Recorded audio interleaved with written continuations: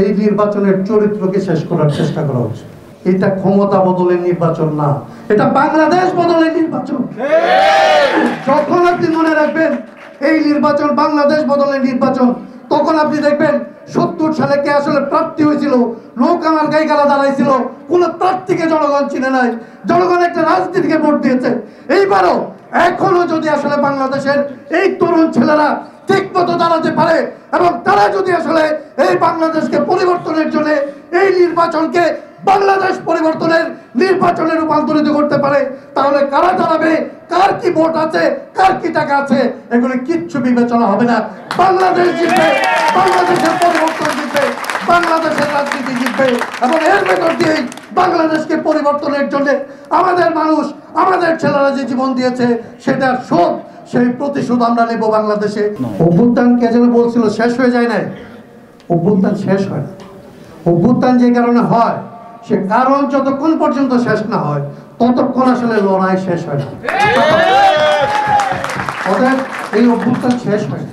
এই অভ্যুত্থান নির্বাচনের ভেতর দিয়ে যাইতে পারে, রাজপথের ভেতর দিয়ে যাইতে পারে, অন্য কিছু হতে পারে, কিন্তু যে জন্য মানুষ জীবন দিছে, যে জন্য মানুষ আসলে রাজপথে লড়ছে, সে অধিকার আদায় করার আগে এই লড়াইয়ের এই পর্ব শেষ হবে না।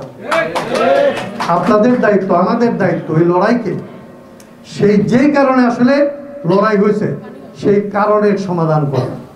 সে কারণের সমাধান করার জন্য আমি যেটা বলতে চাই, একটা পথ হচ্ছে, কেবল একটা কথা বলি, যারা এস্টাবলিশমেন্ট, যারা আসলে বিজয় ব্যাহাত করার কাজ করে, যারা বিজয় ব্যাহাত করার জন্য পরিকল্পিতভাবে নামে, তারা এই সমস্ত আন্দোলনের উপরে দুইটা জিনিস করে। আপনি দেখবেন ৭১ থেকে আজকে পর্যন্ত দেখবেন আন্দোলনে কি করে, আন্দোলনের নেতা বানায়, সেই নেতাকে পরে একক নেতা বানায় এবং একক নেতাকে চেষ্টা করে হয় প্রলুব্ধ করে, প্ররোচিত করে, তার চরিত্র হনন করে, তাকে ক্ষমতাশালী করে, তাকে লোভী করে, না পারলে তাকে অ্যাসাসিনেট করে, তাকে শেষ করে দেয়। আন্দোলনের নেতৃত্বকে যখন এক জায়গায় আনা যায়, তার যদি চরিত্র নষ্ট করা যায়, তখন এমনভাবে বলা যায় এই আন্দোলনটাই খারাপ ছিল, এই আন্দোলনটার দরকারই ছিল না, এই আন্দোলনটা অকারণে হয়েছে, এরা ষড়যন্ত্রমূলকভাবে আমাদেরকে আন্দোলনে নিয়ে গেছে।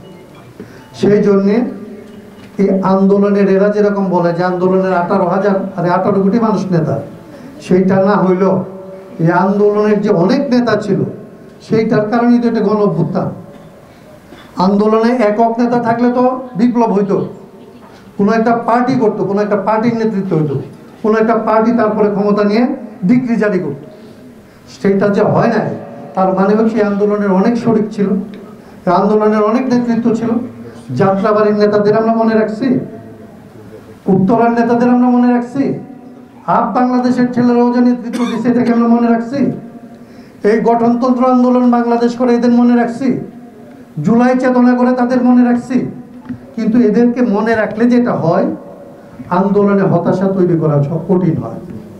আমাদের এই সমস্ত আসলে যারা যারা নেতৃত্বে ছিলেন, এই আন্দোলনে যে কেবলমাত্র একজন নেতা না, কেবলমাত্র 3 জন নেতা না, কেবলমাত্র 10 জন নেতার চরিত্র নষ্ট হইলে এই আন্দোলন যে শেষ হয় না, এইটা লক্ষ্য রাখার জন্যই বাংলাদেশ এবং এই সমস্ত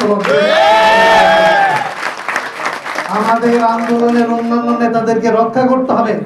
এই আন্দোলনে যারা অংশ নিছে তাদের সবার নেতৃত্ব যখন আমরা স্বীকার করব, তখন দেখব কোথায় কোথায় চরিত্র হনন হয়, তা দিয়ে আন্দোলনের চরিত্র হনন হবে। এবং আন্দোলনের যদি চরিত্র হনন না হয়, আন্দোলনের আশা শেষ হবে না, আন্দোলনের কর্তব্য শেষ হবে না, আন্দোলন শেষ হবে না, নেতৃত্বেরও কোনো অভাব ঘটবে না।